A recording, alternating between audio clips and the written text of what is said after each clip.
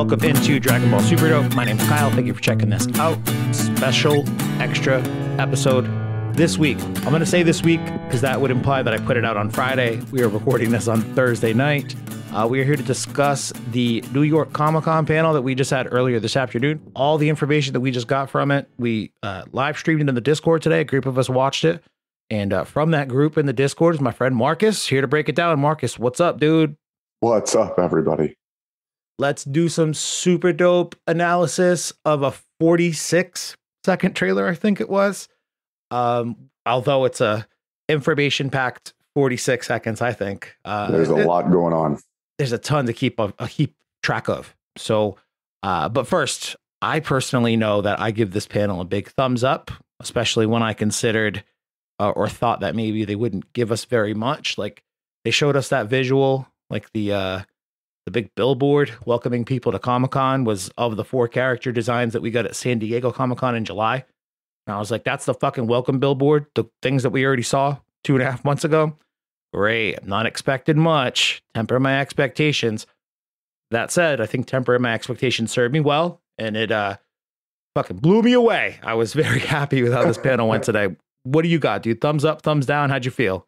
Yeah, man, I'm thumbs up. I thought it was fun in general. It gives us a little bit to go off of, a little bit to speculate off of here, a little bit. I like that we get Dragon Ball. Yeah. For me, it's thumbs up anytime we get Dragon Ball. So, there are some things that I'm concerned about, but overall, look, I'm ready. You and I both. And I like that you said that. It's Dragon Ball. I'm excited. New Dragon Ball, I'm into it. And whenever somebody says like, oh, I don't really like the new CGI, I'm like, meh, I'm not a fan of it either, but I'm fucking pumped. They're like, wait, why? I'm like, it's new Dragon Ball, you dummy. Like, why else would I be excited? Come on. Don't you hear it in my voice? And we haven't seen what that CGI ends up looking like as a whole package yet. We've only seen very tiny bits and pieces of it so far. Yeah. What drives me nuts about that is, what was it? Hoyashira. I'm terrible with the fucking names, dude. But especially with the way in which I wrote them down on this notepad while we watched it this afternoon, I was like, Norihito, fucking Akio Eoku. Like, I'm trying to figure out shit, and now I'm trying to read my handwriting back. It's not going very well. He'd said something to the effect of, we worked very hard to complete these specific sequences to be able to show you today. And I'm like, are we gonna see like a 20-second clip of this right now? Like, what do you mean completed sequence? And then it's just like a bunch of 2-second clips with, the little fucking I think they mentioned too that they had reworked some of the designs as well. So this is definitely a work in progress. Yeah, I don't understand what they definitely said they redid something for Piccolo that I didn't really catch myself, honestly. All right, so thumbs up from both of us because we're fucking nerds. I did ask a few people on Instagram what they thought. Let's see, not a huge fan of the new animation for the movie, to be honest, but just happy we're getting something. That's from Melchiori. Hyped, not sure what's going on in the trailer, but I'm excited for the new movie. It's from CBS Pod, Caffeine and Sensu Beans Pod. Did an appearance with them not too long ago. Good dudes. From Bryce, surprisingly, yes, I like the animation and I'm happy with their doing something different. Always good when the red. I don't know what the fuck when the red means, Bryce, but yeah, man, when the red. And then our last response that I got in I put this up like 10 minutes ago. I didn't do a very good job putting this out beforehand. One word answer from this dude, Joey, I know. His one word answer is moist. Oh. Yeah, moist. Okay. So cool. It seems like everyone else is, while they might be a little on the fence about the animation style, which, like I said, I kind of am too, but I'm just happy it's new Dragon Ball. That seems to be the consensus amongst people who follow us on Instagram. Not a wide swath of people, I'll be honest. It's people who like us enough to subscribe to the podcast and follow us on Instagram. So I feel like I at least maybe influence a little bit of how they think about Dragon Ball sometimes, in which case my Debbie Downer ass is, maybe not the best person to ask, or, I'm probably not the best person to ask those people because they're probably just reinforcing my own opinions. Mm. Oh, Dokkan. I'm doing an appearance. Me and GB last weekend did an appearance on a podcast called Dokkan When about Dragon Ball Z Dokkan Battle, the mobile game. Yeah. Because I used to be heavy into that shit, and Okay. GB still is. So I went on as like a retired player, and GB went on as like super current day player and just nerded out for a while. It was a pretty good time. I think I there'll be. play. Do you? I play. What's your rank? You know Uh, offhand? I I don't, and honestly, I play so casually that I won't be able to give you much information about it. Yeah. But I do play. The reason I ask is because I was like, yeah, man, my account got so OP. I just got bored with a lot of the events, but like they've added a ton of shit in the last 2-3 years. I was like, yeah, man, I must have been like in the 230s, 250s, somewhere in that range in terms of my rank. These kids were like, yeah, I'm Yeah, like a 640. I'm like, fuck.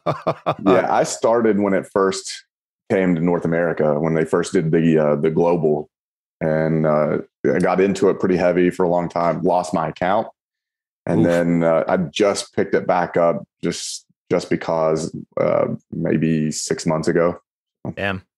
I lost my Dokkan account once before too, and then redid a new one and also got ridiculously into that shit. The Dragonstone grind is real, dude. I'm like Yeah, buying like 5 for $1. I'm like, Jesus Christ, who have I become? Fucking mobile games. Don't try to monetize my love of Dragon Ball, you cocksuckers. I did get some other responses in our inbox. Mostly people just saying like it looks like a video game, which yeah, I agree with that. I don't know. I don't know if I think it looks like a video game. I get that it's kind of got a glossy feel to it. I think that may be what it, but I think it looks way more clean than a video game can ever look. Yeah, I feel like it kind of reminds me of cutscenes you'd see in a video game, but like to the nth degree. Like they're so much more Yeah. polished and fluid. Like somebody in the maybe it was Rayshawn, I forget who else was in Dallas. Maybe they were like, it looks like some of those digital scenes that you'll see in like Battle of Gods when he's fighting against Beerus, like and like in quick cuts for the sake of being able to better choreograph a battle. I get using technology like that. It was cool. I remember when I first saw it in the theater, I was like, what the fuck just happened? That was kind of cool, but in a jarring way. Now they're making a whole movie in like a similar kind of I don't know, animation style or whatever you want to call it. Yeah. And we've been talking about it for a while. It's been a rumor like this for a while. They did it with Lupin the Third, I think 2 or 3 years ago. Lupin the Third's been around since like the late fucking 60s, early 70s, maybe. It was a franchise in need of being modernized, like it needed a little bit of a visual facelift. And I guess for whatever reason, they chose to do the same thing to Dragon Ball, which I think is kind of dumb personally, because they'd already just done that with the Yep. Shintani design and it looked fucking awesome and everyone loved it. So I don't know. The idea or like the decision to go with the CGI based animation style for this movie, not a big fan of it, but we'll see what the movie after this does. Like maybe they'll revert back to Shintani style, you know? Yeah. I wish I hadn't messed with it, but I'm willing to give it a shot and see what they can come up with too. Because I think the last time I was on a pod, I said this. Dragon Ball's a leader. They are at the forefront of everything that they do in the manga world for the most part, and in the anime world. So, let's let them kind of figure things out. Let them experiment a little bit and see what they can come up with. Yeah, exactly. Like let's see what they can do in a different sort of scenario where it's not like an an anime weekly where they're like breaking their nets to keep up with the production status or like reinventing a character who's so important to the franchise like Broly. Like I think we all kind of had our expectations set that this would be like a quote unquote slice of life movie. Yeah. And it still might be in that it's not centered around like Goku and Vegeta, but it seems like it's going to be a fun adventure for the characters who are involved in the plot. So I'm kind of down to see that. So like not a big story, a consequence or whatever in terms of the overall canon, maybe. I don't know. At least again, not in relation to Goku, I don't think. But it'll be fun as hell to watch. I don't know. I wish people would kind of not let the CGI be such an immediate turnoff. You know what I mean? Well, what has been the biggest criticism that we've seen out of Super so far, or at least the biggest thing that I've noticed is everybody says it's the Goku and Vegeta show. Yep. And they've been doing I think they've been doing a nice job in the last two manga arcs, expanding the cast a little bit more. Having Gohan, Piccolo be involved in the Moro arc was dope. They brought back the androids for the Moro arc. Yep. That was dope. Granola arc to this point, I mean, we get new cast of characters in that. We meet Granola and the Heaters and the Maito. Not too much of the other Earth cast is kind of kicking around, I guess. You could, yeah, I know what you're saying, but I feel like they have made a like bringing back Broly is another good example of, hopefully making it about more than just these two characters. The only reason you can justify making it about or having other characters be relevant to the story at this point is unfortunately to make them more powerful. Otherwise, it's like, who cares? Goku and Vegeta can solve this. Why the fuck is Piccolo here, Krillin here, or whoever?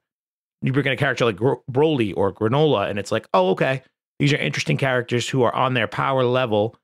And I can see why they're like Beerus and Whis are two of the most interesting characters I think that have come along to Dragon Ball in a really long time. Granted, it's been 8 years now or whatever, but they came in and they were immediately interesting because they're quirky in how their personalities are, but it's also like, wait, what can they do? They can make Goku and Vegeta look like child's play and blow up universes with the tap of their nails. Like, things like that juxtaposed against them being goofy ass motherfuckers trying to get a good cup of pudding is what makes those characters interesting to me anyway.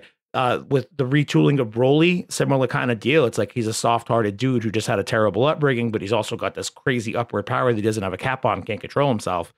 Interesting pairing of two conflicting traits. So I hope they continue to do stuff like that with this slice of life thing, though. I mean, Piccolo, Pan, it looks like it's going to be a Pan-based story. Yeah. And we'll get the jump forward. Maybe we'll see a Super Saiyan Pan. Who knows, man? So let's break down some of the things that we saw in this trailer. There were some like text screens in between a bunch of these shots. So I do want to read what those say first. A new crisis. An evil organization moving in the shadows. Rise up, our hero. Dragon Ball Super, superhero. So an evil organization moving in the shadows. Some of the early shots of the teaser. There's a prominently featured heavyset kid. I think he's a kid, although he could be a very small man. He's riding in the back of a car. He's eating some ice out of a fast food cup with the Red Ribbon Army logo on the side of it, which is interesting. Yeah. Red Ribbon Army disposable fucking soda cup. So that led everyone to believe that this kid is part of the Red Ribbon Army. I could be, but why the hell is the Red Ribbon Army making fast food? Yeah. I don't know if I get that he's a part of the Red Ribbon Army. I think maybe because when we look at it, you kind of go forward a little bit. They show you a little bit of the city where they have the portraits of Goku, Vegeta, and Buu, and maybe Red Ribbon's like got an underground city. They're like running it. The way in which the producers kind of fielded the question, like they were like, oh, we saw a very familiar logo on that kid's cup. And they're like, oh, did you? Oh, yeah. What's up with that, huh? I don't know. Yeah. So like, I feel like the Red Ribbon Army has to factor into it in some such way. Probably like, an evil organization moving in the shadows. That's what they've always been. Always. Except maybe not in the beginning where Goku went and fucked up their like 100-foot tall tower. Maybe they weren't so in the shadows then, but subsequently, since then, they pretty much worked in the shadows, the android, Cell, etc. Yeah. So maybe you thought you destroyed Dr. Giro's secret laboratory, but you didn't get all of it, and it was found by some other guy who resurrected Dr. Giro's unseen creatures, Gamma 1 and Gamma 2. Those are the names of the robots we were told. What sucks now is that I'm saying gamma because that's how it's spelled, like gamma radiation, but everyone's gonna call them gamma, and I'm like, oh, dude, it's like my thing with manga. You know what I mean? So like, I already have these problems. Don't give me more of these problems to have. Toei Animation, what the fuck? So yeah, I don't know if this kid's directly Red Ribbon related, but the thing that you just mentioned, the television screens, we see a shot of Goku, Vegeta in his pink shirt, which I think is funny as fuck. Yeah, I love that. I was going to point that out if you didn't. And then Majin Buu looking real fat and angry. Yeah. I wonder why he's wearing the pink shirt, because it's like an old file from around the Android saga. Yeah, and he's got yellow pants, so he's definitely wearing the bad man shirt. 100%. He's a bad man. I mean, I guess that would... the time period doesn't really work for me, though, because if they've got a picture of Boo, why would they have Vegeta in a bad man shirt? You know, that was an entire... What, 10, 12 years, 20 years before or something? Like, not 20 years, but yeah. No, what was it, like 8 years before? Probably something to that effect. Let's say like 8-9 years. I forget how much time exactly passes from the time he wears that Batman shirt. Probably like 10 years, because it's 3 years when Trunks shows up. He says you got 3 years to prepare. That's when he's wearing the Android shirt. Yeah. 7 years after Cell's defeated, that's when Majin Buu shows up. So like 10 years. Yeah, that's just a weird compilation, I think, you know, to have Boo and then Vegeta in the bad man shirt. Or is Vegeta out running, just rocking the shit out of that shirt wherever he goes in public now?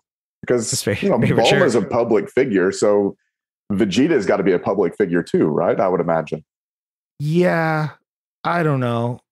I feel like he probably does a good job hiding himself from the public eye. Although there is that episode where she wins an award. It's the Dr. Slump crossover one. I think it's episode 69 or whatever. Doesn't he have to deal with some photographers in that one? And he's real rude and fucking walks away from them. Yeah. Probably an underappreciated part of Vegeta's life right now that we just don't see enough on the pages of Dragon Ball Super. I agree. I need him to just deal with the general public on a daily basis. Just be annoyed. So I do kind of wonder what they're doing up there on that screen in the middle of the city or whatever. There's like that suited guy who looks like could be like a badass assassin type. Like, I don't know. It wouldn't shock me if they're being hunted to some extent. Yeah, he's got like a red suit on. It's such a strange, like, it must be like, you think it's another world? It's got to be another world or something. I don't know, man. It's really like steampunkish. Yeah. You know, just looking at the background, and then he's wearing this huge ass pompadour haircut. He's got a nice big Elvis flip in the front. So there's no really telling what they could be up on that screen for. I'm assuming it's bad things, like they want to get eliminated. We see Piccolo get attacked at the end of this trailer. I assume that there's guys like Goku and Vegeta who could be off-world training that this evil organization moving in the shadows can't find. But they found Piccolo because he's just on Earth training a fucking little kid. I think it's interesting, too, that all three of those individuals have angry looks on their face. When they're put up, Goku, Vegeta, and Boo are all really... And you know, Boo never really shows that angry face very often. So I think it's interesting that... And definitely, you know, Goku doesn't get all pissed off like that. So they're the villains, dude. They're the villains to the superheroes that... This kid apparently, I don't know. What if it's all stemming from the tournament of power, where we could consider Universe 7 kind of the villains of the universe, you know, that tournament of power arc. You know, I mean, if you think about it, 10 years after the fact, Goku's the one that basically started and put all that in motion. So if this is a different universe, they could all be looking at Goku as a villain here. I think all the other universes really look down on Universe 7 to begin with. Okay. You know what? I was going to I haven't done a very good job doing this today, but it's fine. Seeing as I'm doing such a shit job anyway, I'm just going to pull this thing that I was going to say toward the end out now.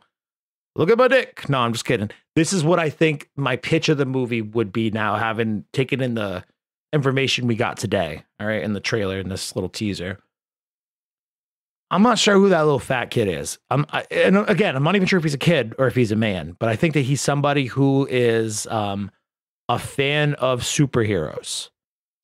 And as such, he likes the idea of superheroes being in the real world. I don't know what kind of power he's got, authority he holds, or whatever, but somebody has made it so that these two androids, number 1 and number 2, are their quote unquote superheroes, and they have to go hunt down all the villains.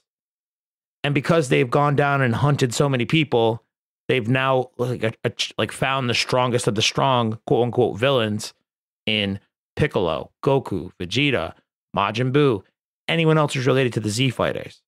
So these two, again, I'm not sure exactly what Gamma 1 and Gamma 2 are. For lack of a better word, we'll call them androids for now. They want to go hunt down the last of these villains to make this hero-obsessed person drinking the ice out of the red ribbon cup. They want to make him happy, so they go to try to find Goku and Vegeta. They're off-world, training with Beerus. Goku's off training with Broly. I think that's the one and only Broly nod that we will get in this movie, is that Goku is fighting him, and that's why Goku's not on Earth at this moment. As such, they find Piccolo. He gets attacked.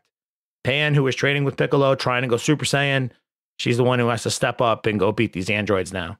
And because they haven't fought anybody as strong as like Goku, Vegeta, Piccolo, I don't know. My idea is like as they fight more people, they get stronger, and that's why they seek to go find people like Goku, Vegeta, Buu. But because they haven't been able to fight them, Pan is in a position to be able to fight them and be the real superhero and rescue her grandpa Piccolo. What do you think? Okay. I like it. I'm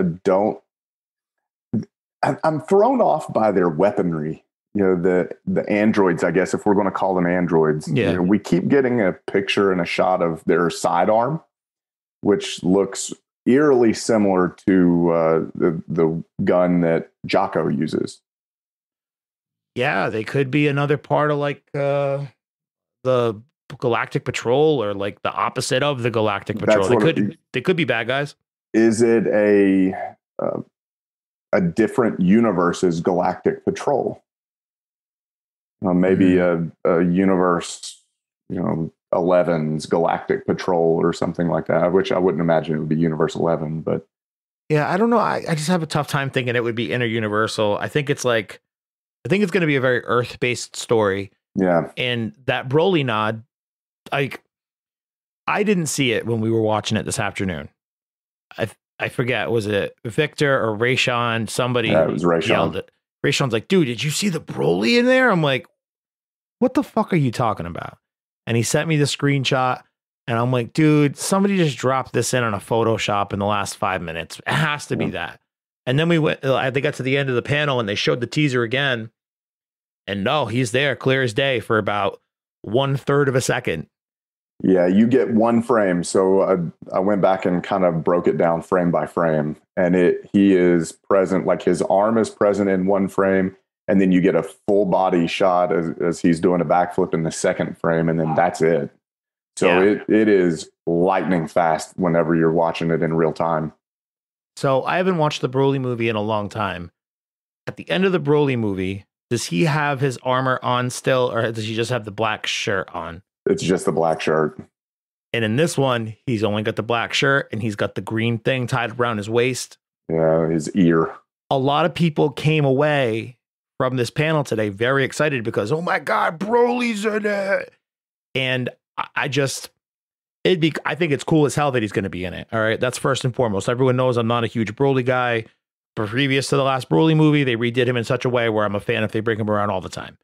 So when I saw that today, I was like, oh, fuck. And I had that moment. But then I thought about what he was wearing. I'm like, dude, that's the exact same thing we saw last time. And I was just talking with Rodrigo on Instagram. He left us a voicemail for the anniversary show, friend of the show. What's up, dude? We love you. He said, and I was like, yeah, it's exactly this. He's like, that's just going to be like a recap of the last time we saw Dragon Ball animated. Like the last time we saw Goku and friends, he was fighting Broly. This is a quick clip of that. And it's like, since then, they've gone on to become friends in their training or something like that. Yeah. And he's wearing the same thing. I'd like to think he's off-world training with Broly, and that's why he's not really involved in this movie, hopefully. This is going to be Piccolo and Pan's movie. Double P. But I'm telling people, temper your expectations on the Broly shit for this movie, because he's going to have like a quick little Gohan-esque role where he's like shows up in the beginning of the movie and he's like, all right, moving on. That's it. We're good. So I'm glad you said that. I think that's Gohan's role. We immediately thought whenever the trailer and the title of the movie came out True. that this was going to be a Saiyaman movie, but Yes. I don't. After watching what we got, I don't think that's going to be the case at all. Not a single Gohan for we're him. going to be lucky to see Videl and Gohan at the very beginning, just being mom and dad, and then moving on. Letting Piccolo do the training. Yeah, the thing. So during that panel today, Toshio Furukawa, who's the voice actor for Piccolo in Japan, also Masako Nozawa, they like answered a few questions and shit like that about, what's your favorite part of the movie so far? What you guys just wrapped the production on it? How does it feel? And all sorts of stuff like that. The fact that it's Piccolo's voice actor answering those questions, I was like, dude, this is a Piccolo movie, and Masako Nozawa is literally Goku. So you can't not have her answer these same questions, but there's no, Ria Horikawa, Vegeta's voice actor in there.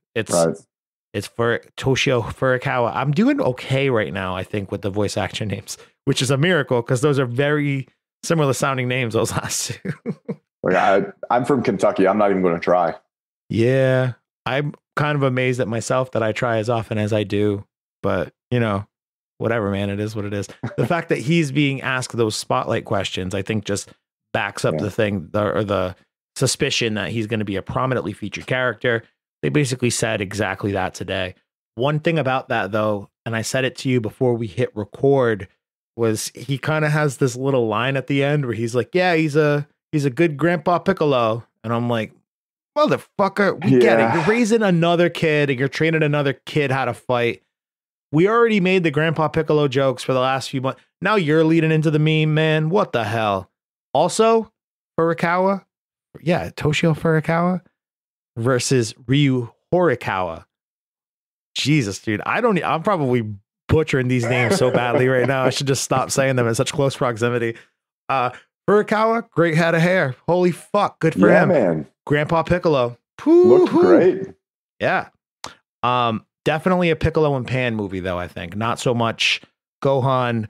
I would love a great Saiyamon appearance, though. We're getting the PP on the big screen. The PP, man. Whip it out. So if we do have some kind of excuse for like you could write in excuses for Vegeta and Goku to be off world very, very easily. Majin Buu, he's a fucking sleep and nobody knows where he's at. Who cares?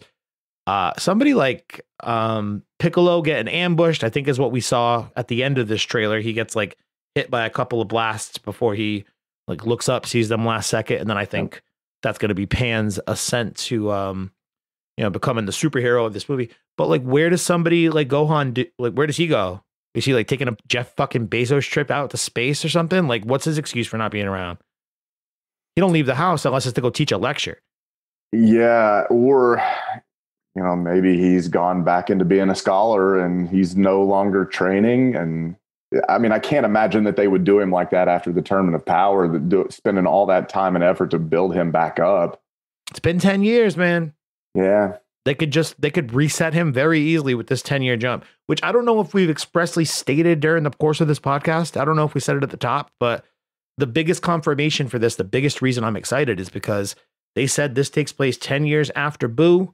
It takes place before the 28th Tenkaichi Budokai where they meet Oob. So it's a story leading up to that, but it's generally around that same period of time. So we're already starting to see some changes to the end of Dragon Ball Z based on like where Pan is. And I don't know. I'm sure a few other things that I'm not thinking of right now, but that's what has me most excited, I think, about this movie in general. Like the CGI, I'm kind of meh. Yeah. Going to be fun to see somebody like Pan and Piccolo get some shine instead of the usual Goku Vegeta, but we're finally at the end of this like static time period of what takes place between the end of Buu and then where they meet up with the end of Z. We're right there now.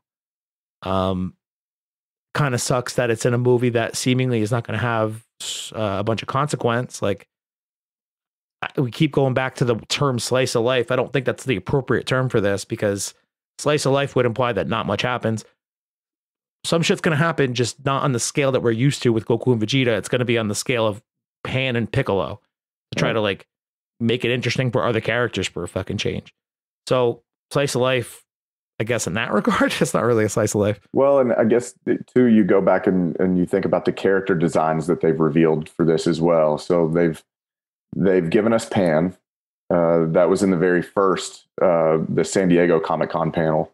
Which we didn't see that design at all in this clip today. That's like her is like a little kindergarten girl. So that's like a transition phase to where eventually she goes on to fight, or excuse me, train with Piccolo when it seems a little bit older. She's wearing a shirt that says GTH on it, which I'm not sure what that H could stand for, but I feel like I know what that GT stands for. GT is definitely nod.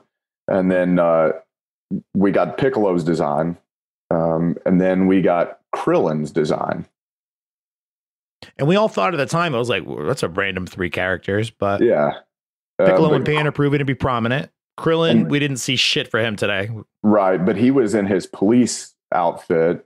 So, you're again back on Earth. He's kind of doing his police job thing. And then we got designs for Karin, which was odd. Very odd to see it because they're like, this is a hand-drawn, they said handwritten design is how they phrased it. Yeah. Done by Toriyama himself, of Karin, who I feel like has put on some weight, like his big fat belly's resting on his feet now. But again, another very random character to give us a design of until you think of Dende. And then they gave Dende. Yep. Which is, a taller teen looking like he does in GT. Yeah. I guess he kind of looks like that at the end of Z too. I'm trying to think if you see him at the end of Z. I'm sure you do. Doesn't matter. He's older now. Dende, Karin. Dende is basically Kami. Kami and Karin have a similar relationship. They're like neighbors, you know what I'm saying? Right. Upstairs, downstairs neighbors. And Piccolo ties into those 2 characters subsequently very closely. Maybe not so much Karin, but he is in the vicinity of Dende, so pretty easy to fuck with those 2. What if Pan, after Piccolo fucking gets dropped, is like, I'm not strong enough to fight the androids. I got to go train and get the sacred fucking water from Karin and then go to the room of space and time with Dende up top. That'd be sick, dude. She getting some Popo training? Yo, she has Mr. Popo chasing her around the fucking room. She's going to get some Popo training in the pee-pee movie. I like it. Ooh, goddamn, dude. We are hitting on the P's professionally today. I am profoundly interested. Oof. Prophetic with the P's. So I think, what was the other design we missed? Oh yeah, Bulma. We got a Bulma design today in her yellow capsule corp. It looks like a work jumpsuit almost. And she's got little Trunks shoes on. She's got future Trunks boots on, but they're not boots. They're shoe versions of it. Yeah, you pointed that out whenever they put the design up. I didn't notice that until you pointed it out. But I thought that was an interesting kind of nod too, because I don't know if they've really shared a whole lot of outfit choices between the 2 of them. That's pretty. I mean, that has to be a conscientious design, right? I would think so. Like they've done that on purpose. It's not just a throwaway, I wouldn't imagine.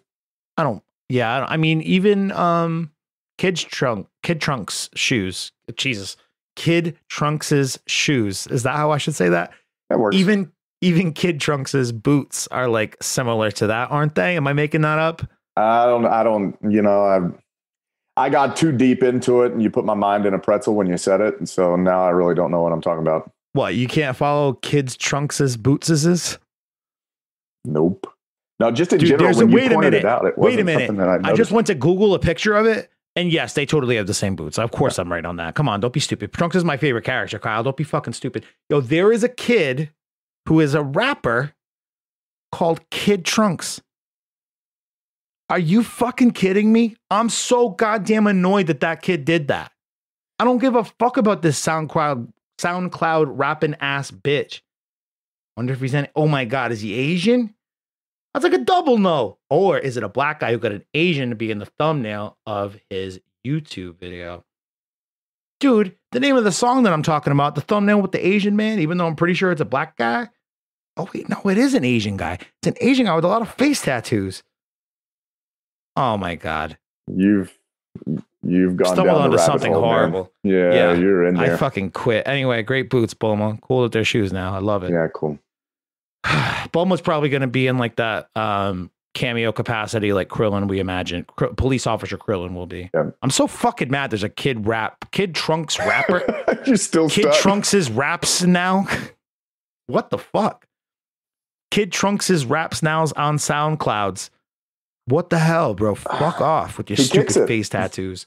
Kicks what? He doesn't even have the boots. Kicks it. It? Oh, like the royal it. Yeah, man. Huh. Okay, so Bulma's gonna have a cameo role. Did we see any other character designs that we forgot to mention? The only other character design that we got was from the San Diego Comic-Con, and that was the android-looking dudes. Gamma 1 and Gamma 2. I can't wait to fucking struggle to pronounce their names for the next year and a half. Who knows how long, because perfectly brings us to our next topic of discussion. They were asked if there was a release date today. They took some questions from Twitter or from the audience or whatever it was, but one of the questions they polled is, what is the release date of the movie? And I believe it was the man who's always angry, Norihiro Hayashida. He looks so bothered. He hates being in front of people or a camera. I feel like they have him at gunpoint. There was a reason I wanted to make sure you were the person who recorded this one today, dude, because I remember when we watched the panel in July, all we could think of was how pissed off he was. Hayashida was just so pissed off looking the entire time, especially against Aoku, who's in a Goku cosplay and bowing at people and shit and just looks genuinely happy to be there. He's very animated with how he speaks.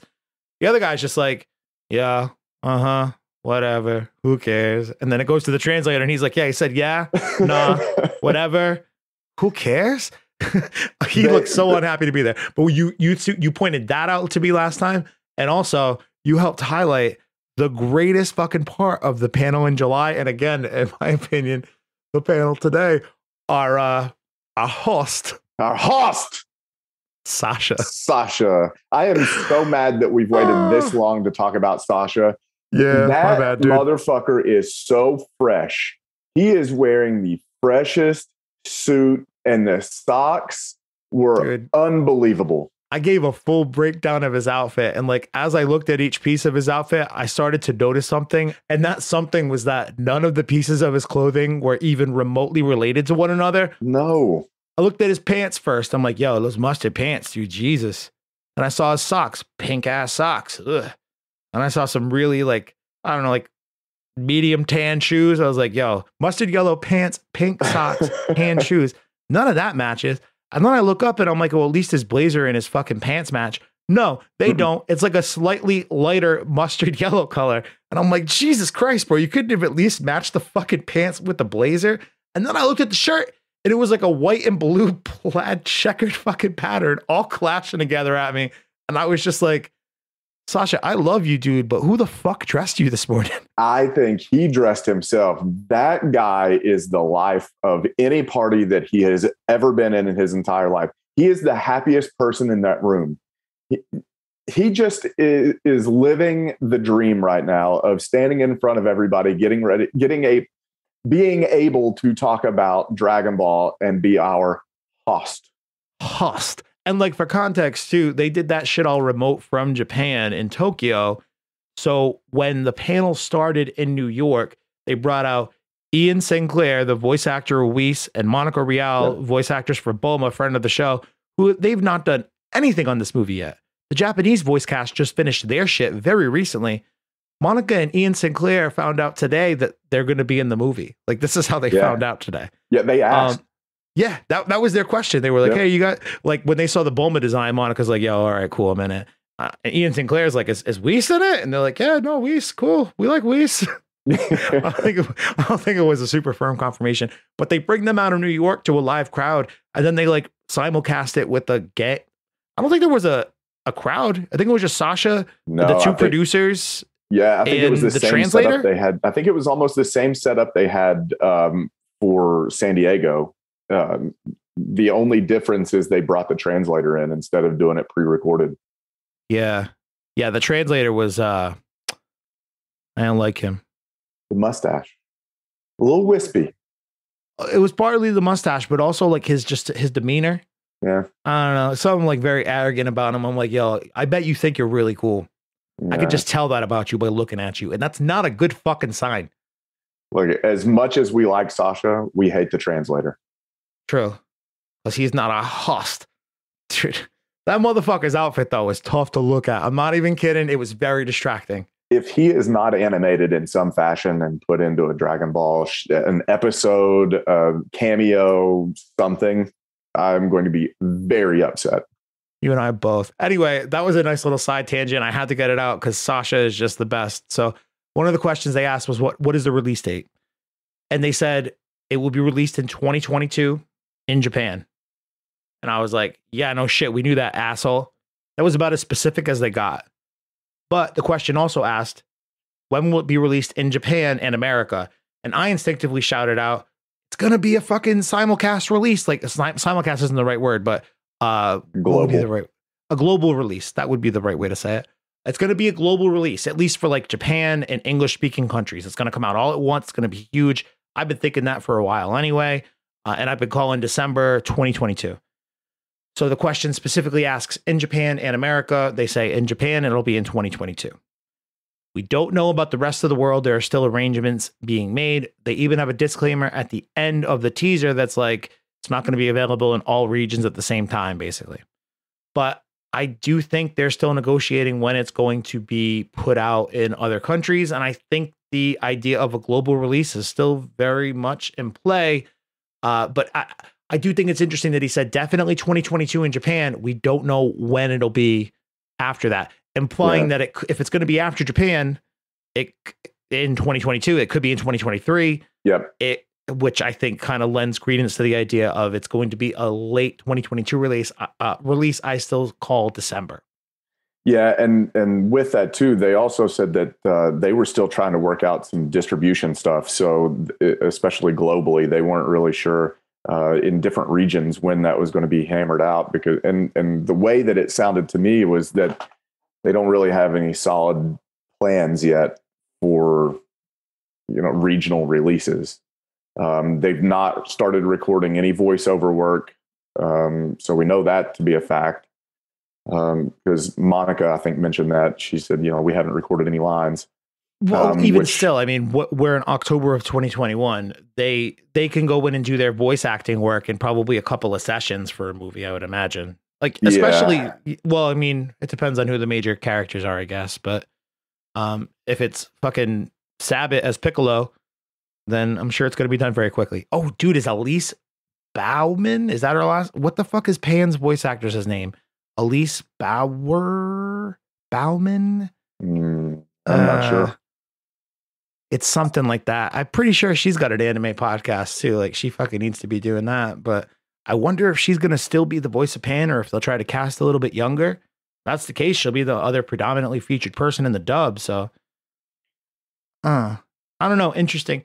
Yeah, I'm still calling like late 2022. We'll see about America and other countries, but I still have fingers crossed for global release. How long was the release in between the Japanese release of Broly and then the American release of Broly? Because there was a pretty good little time. I thought there was 7 months in between. No. With Broly, it was super quick.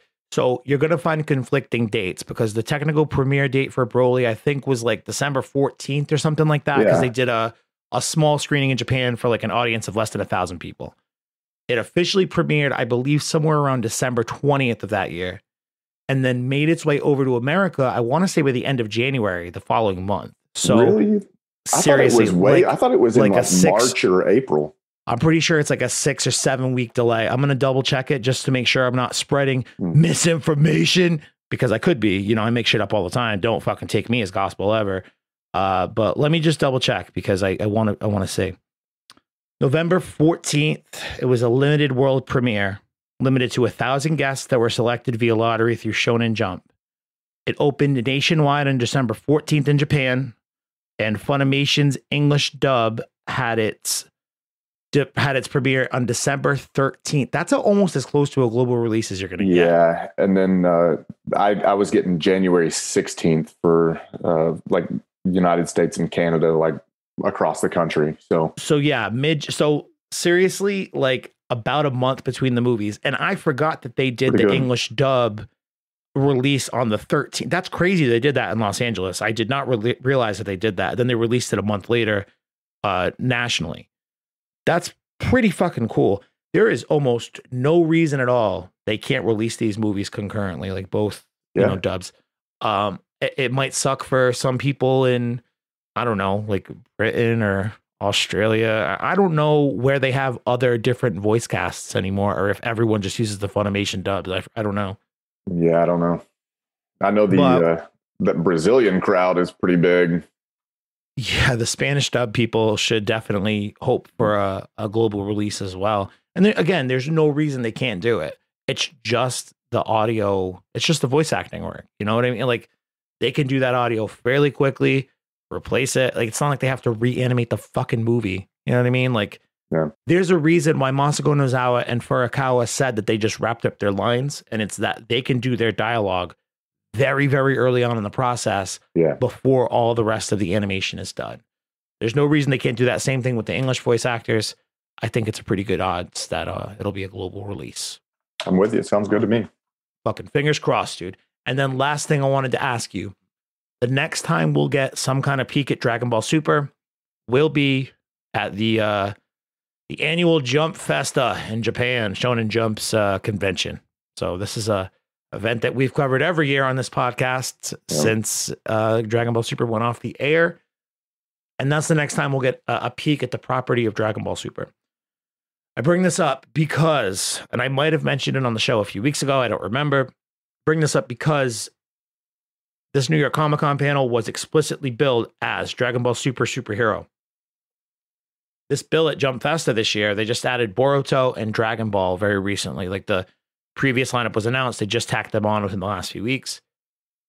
But it just says Dragon Ball Super. Nothing alluding to the movie at all. What do you expect, or what are you going to hope for, I guess, at a Jump Festa, if it's related to the movie or the anime or what? I mean, I think you and I both know what we're hoping for. We're hoping for the anime, an announcement, the Kyle prophecy to come true. An announcement for the anime to return at some point in the future. So that I'm vindicated. Preach. And it'll happen before the movie. I just, I want that to happen so bad because we've got plenty of material to cover within the manga right now. We have tons of material that they can stretch. I want it. I want it back. I need it weekly in my life. I'm a shell of myself when I don't have something Dragon Ball to look forward to.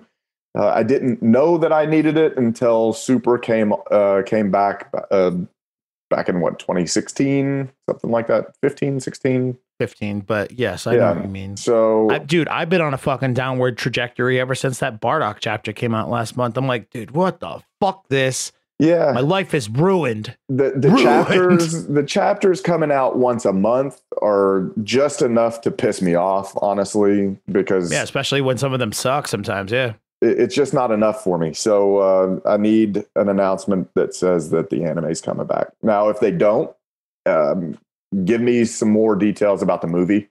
Don't just rehash everything that you just had in New York, because I'm really scared that they're going to just redo the whole kind of panel for the Japanese audience, for the live audience in Japan, which I mean, that's not the case.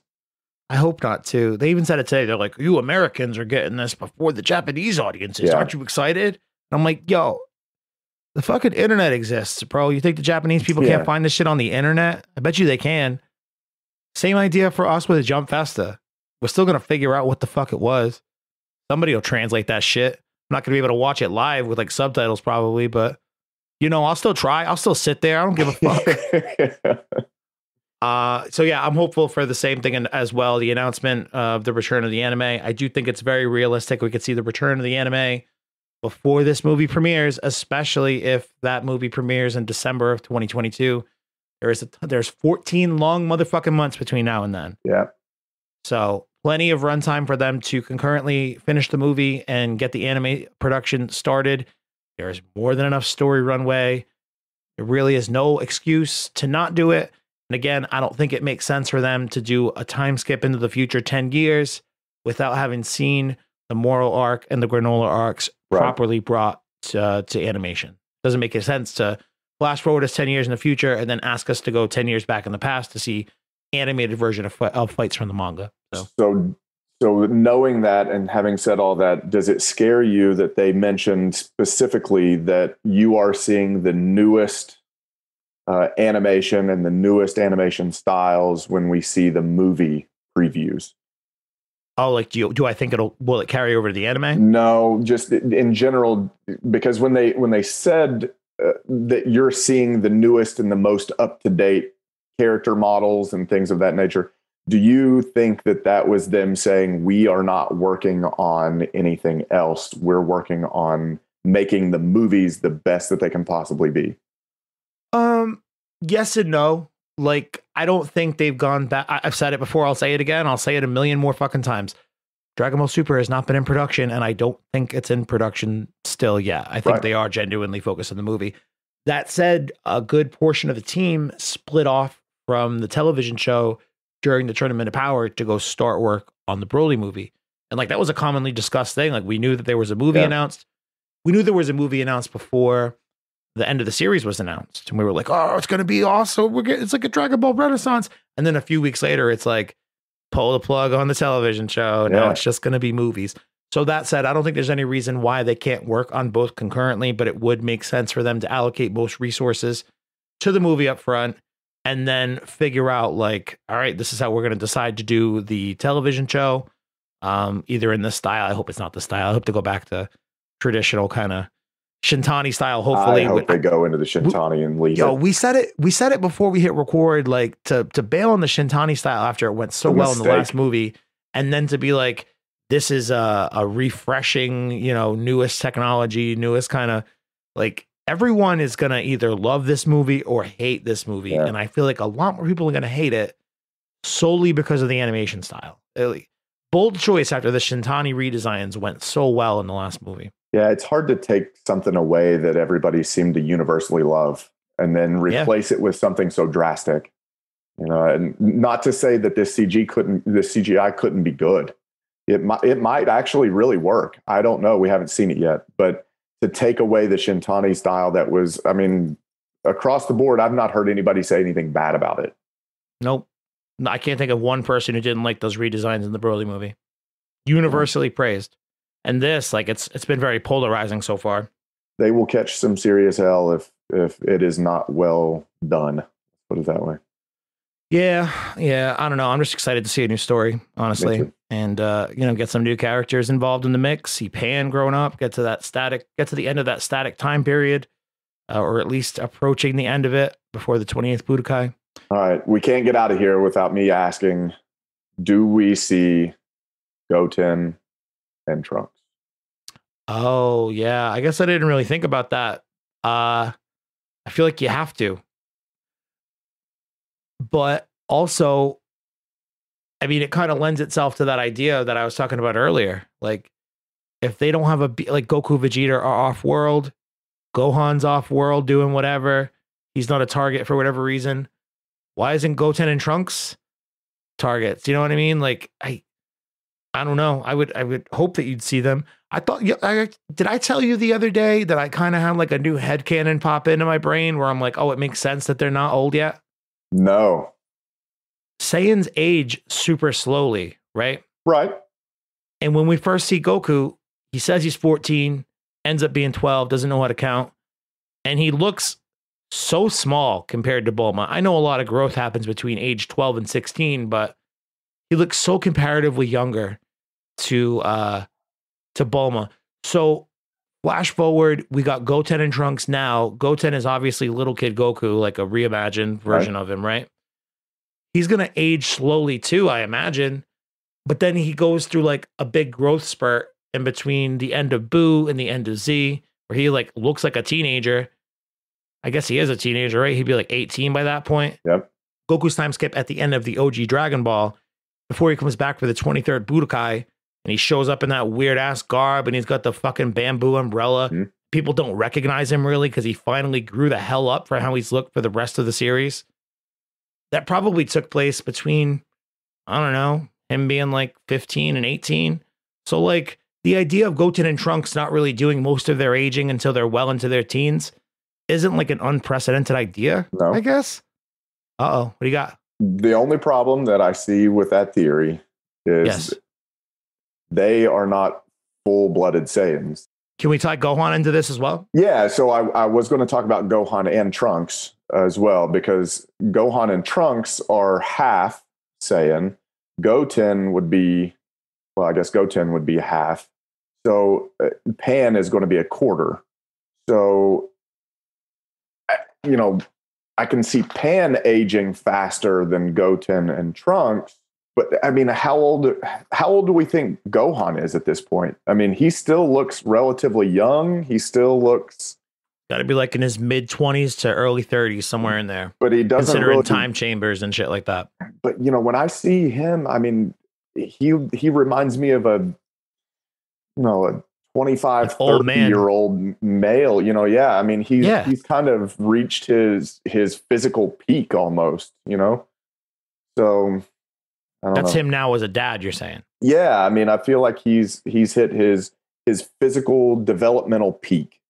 Oh, I'm all fucked up, dude. We're talking, I guess, end at Z time. He would be like, because how much? Look, he's like, what, 11 years older than Goten? Is that right? Well, or 12 years older than Goten, I think. I can't believe we just got caught in the weeds on this shit, but yeah, I believe he's like a full 11, 12 years older than Goten.